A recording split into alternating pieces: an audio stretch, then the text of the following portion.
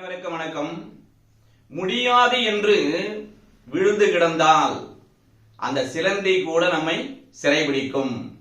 முடியும் என்று எழுந்து நடந்தால் அந்த எரிமலையும் நமக்கு வழிவிடும் என்று கூறி இன்றைய வகுப்பில் நியூ கிரிமினல் ஆக்ட்ஸ் இருக்குல்ல, அதை பற்றி என்ன மாற்றங்கள் நடைபெற்றிருக்கின்றது, ஐபிசி, சிஆர்பிசி, எவிடன்ஸ் ஆக்ட்ல எத்தனை பிரிவுகளாக குறைக்கப்பட்டிருக்கின்றது, என்னென்ன பிரிவுகள் நீக்கப்பட்டிருக்கிறது என்பதை பற்றிய ஒரு இல்லஸ்ட்ரேட்டிவாக, இட்ஸ் நாட் எக்ஸாஸ்டிவ், அதை பார்ப்போம்.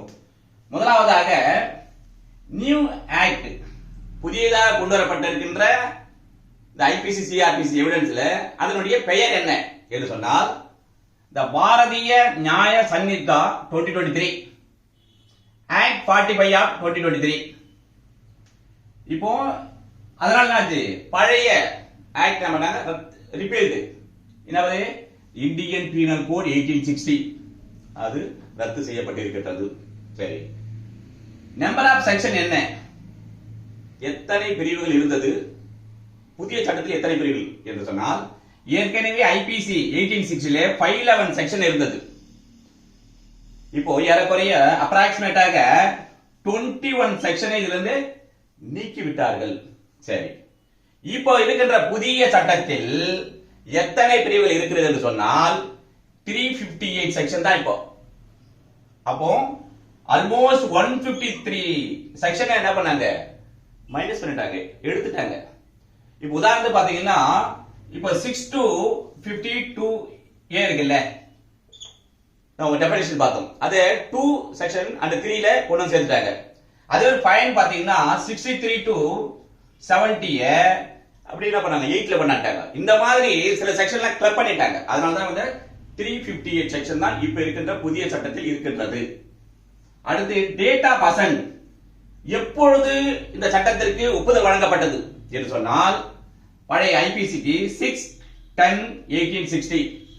இப்போ அசென்ட் அந்த நியூ ஆக்ட் என்றால் 25/12/2023 அன்று ஒப்புதல் வழங்கப்பட்டு விட்டது. சரி, இப்ப டேட் ஆஃப் என்போர்ஸ்மெண்ட் எப்பொழுது இது நடைமுறைக்கு வந்தது என்று சொன்னால் பழைய சட்டத்தில் 1/1/1862. நல்லா பாத்துங்க, 60ல தான் ஆக்ட் பழைய ஐபிசி வந்தது. ஆனால் 2 இயர்ஸ் கழிச்சு தான் கேம் இன்டு ஃபோர்ஸ், அப்போதான் நடைமுறைக்கு வந்தது. அதே போல இப்ப 2023ல வந்திருக்கு, இந்த ஆண்டு வந்திருக்கு. எப்போ வர போகுது, இன்னும் வந்து என்ன பண்ணல, எப்போ தேதியிலிருந்து எந்த தேதியிலிருந்து இது நடைமுறைக்கு வரும் என்று சொல்லப்படவில்லை.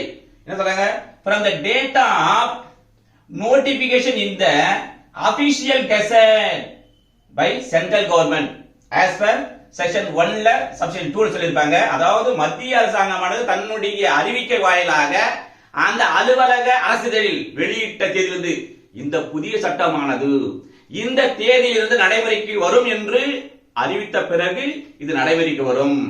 அடுத்து இப்பொழுது Bharatiya Nagarik Suraksha Sanhita 2023 act 46 of 2023. Old law என்ன, the code of criminal procedure 1973.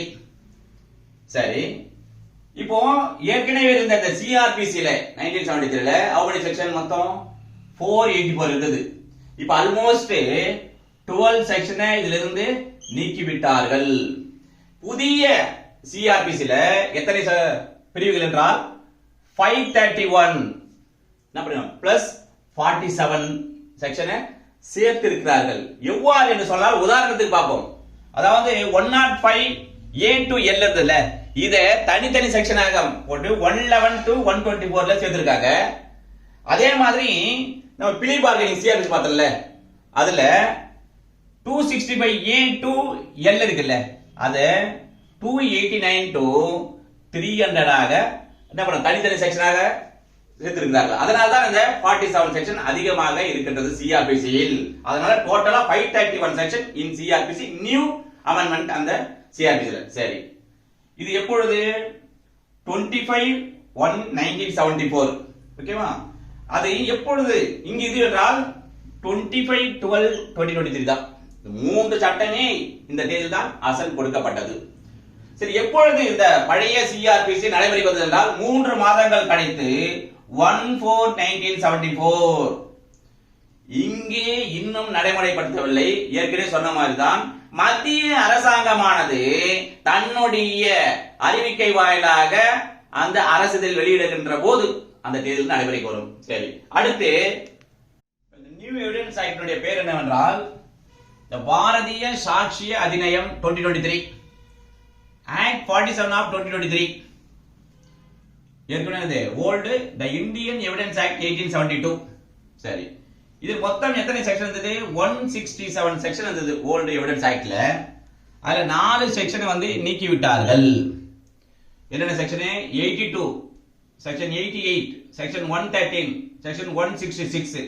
அதே போல இன்டர்பிரேஷன் இதுல கிளாஸ்ல இந்தியா என்பதை நீக்கி விட்டார்கள். அது என்ன இருக்கும்? Excluding of Jammu and Kashmir இருக்கும். ஜம்மு அண்ட் காஷ்மீர் நீங்களாக என்று இருந்ததை எடுத்து விட்டார்கள். சரி, அதே போல என்ன பண்ணாங்க? +3 3 செக்ஷன் ஆட் பண்ணிருக்காங்க. இப்போ உதாரணத்தை பாத்தீங்கன்னா 170ல ரிப்பீல் அண்ட் சேவிங் அண்ட் இல்லாமல் இருந்தது ஏற்கனவே பழையதுல. இப்போ புதுசாக அந்த செக்ஷன் சேர்த்து இருக்கிறார்கள். அடுத்து பாத்தீங்கன்னா அசன்ட் 15/3/1872. அதே மாதிரி இந்த நியூ ஆக்டுக்கு 25/12/2023. இது கேம் இன்டு ஃபோர்ஸ் 19/1872. 6 மாசம் கழிச்சு இது நடைமுறைக்கு வந்தது. இப்போ இன்னும் எந்த தேதியிலிருந்து நடைமுறைக்கு வருகிறது என்று இந்த புதிய சட்டத்தில் சொல்லப்படவில்லை. வழக்கம் போலதான் மத்திய அரசாங்கமானது தன்னுடைய அந்த அலுவல் அரசிதழில் வெளியிடுகின்ற போது இந்த தேதியிலிருந்து இது நடைமுறைக்கு வரும் என்று சொன்னால் அன்று முதல் இந்த சட்டம் புதிய சட்டங்கள் நடைமுறைக்கு வரும் என்று கூறி அடுத்த சந்திப்போம். நன்றி, வணக்கம்.